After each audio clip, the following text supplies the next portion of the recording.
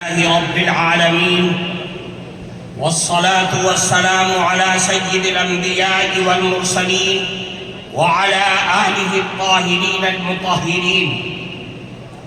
أما بعد، فقد قال النبي صلى الله عليه وسلم: أدبوا أولادكم على 3 خصال: حب نبيكم وحب أهل بيته وتلاوة القرآن، أو كما قال رسول الله صلی اللہ علیہ وسلم.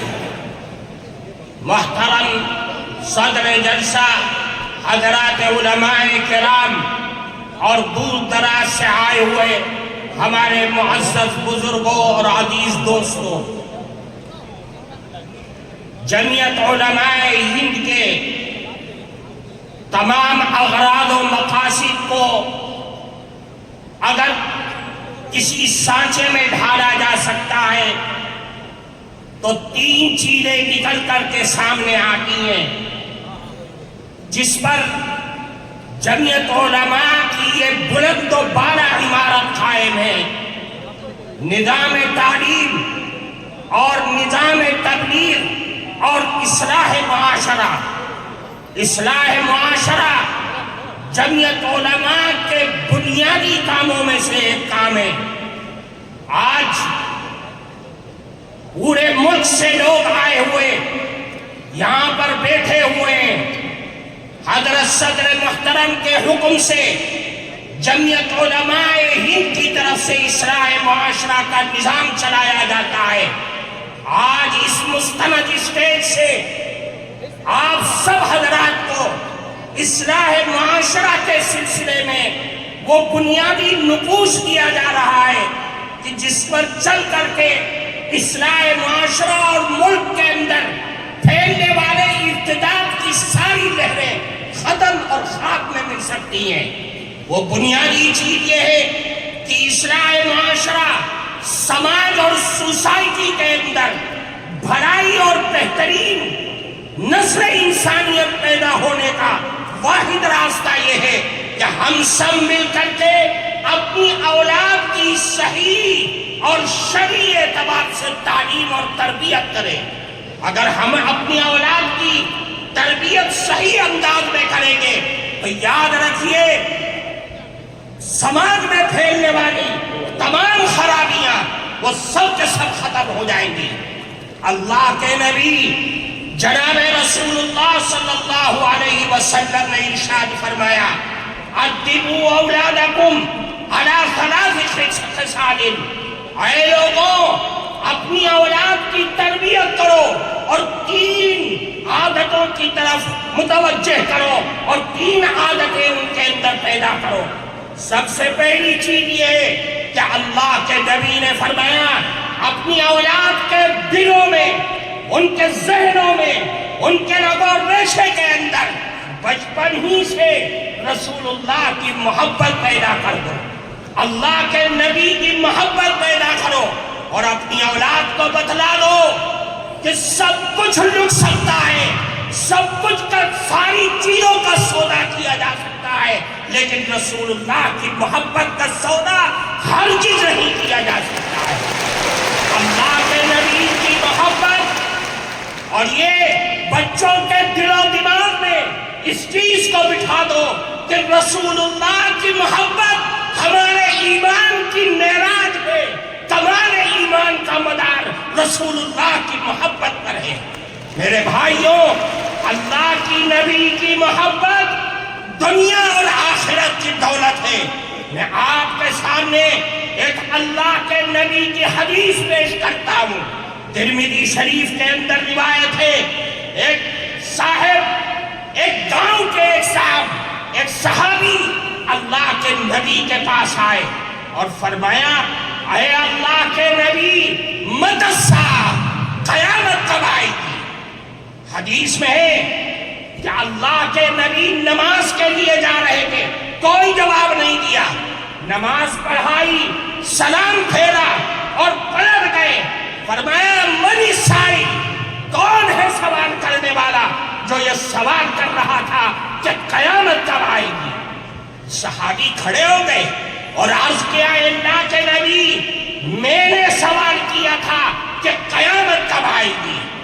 اللہ کے نبی نے پلٹ کر کے ان سے سوال کیا کہ یہ بتلاؤ کہ ما اعددت لہا، تم نے قیامت کے لیے تیاری کیا کر رکھی ہے؟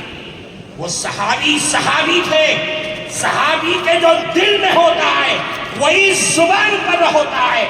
صحابی نے کہا، اے اللہ کے نبی، ما اعددت لہا لا کبیر صلاۃ ولا صوم الا انی احب اللہ ورسولہ۔ اے اللہ کے نبی، میرے پاس کوئی نمازوں کا پٹارا نہیں ہے، روزوں کا انبار نہیں ہے، لیکن ایک دولت میرے دل میں بس نہیں ہے کہ میں اللہ اور اس کے نبی سے بے پناہ محبت کرتا ہوں۔ اللہ کے نبی نے فرمایا، اے لوگوں، یہ اللہ کے نبی کا جواب لے کر کے یہاں سے جانا۔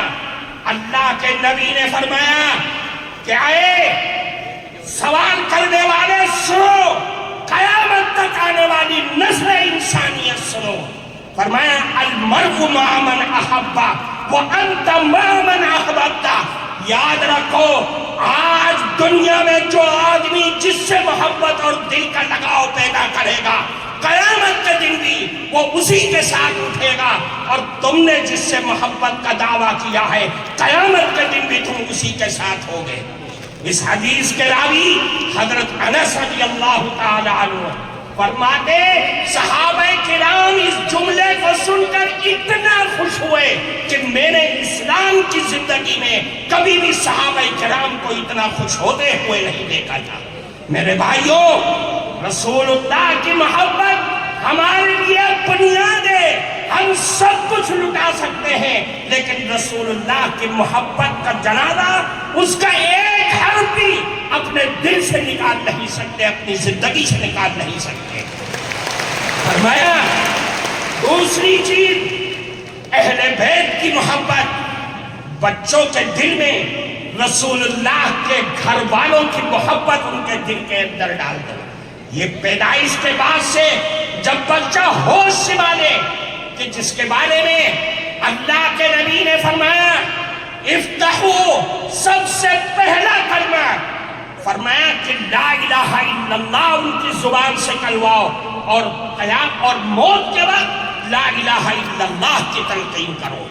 پھر فرمایا آخری چیز، وتلاوت القرآن الکریم، قرآن کریم کی تلاوت، قرآن کریم کے الفاظ سے محبت، قرآن کے حلال کو حلال اور قرآن کے حرام کو حرام اپنے بچوں کی زندگی کے اندر بھر دو، کہ میرا قرآن، میرا اللہ مجھے یہ کہتا ہے، مجھے اس بات کی دعوت دیتا ہے۔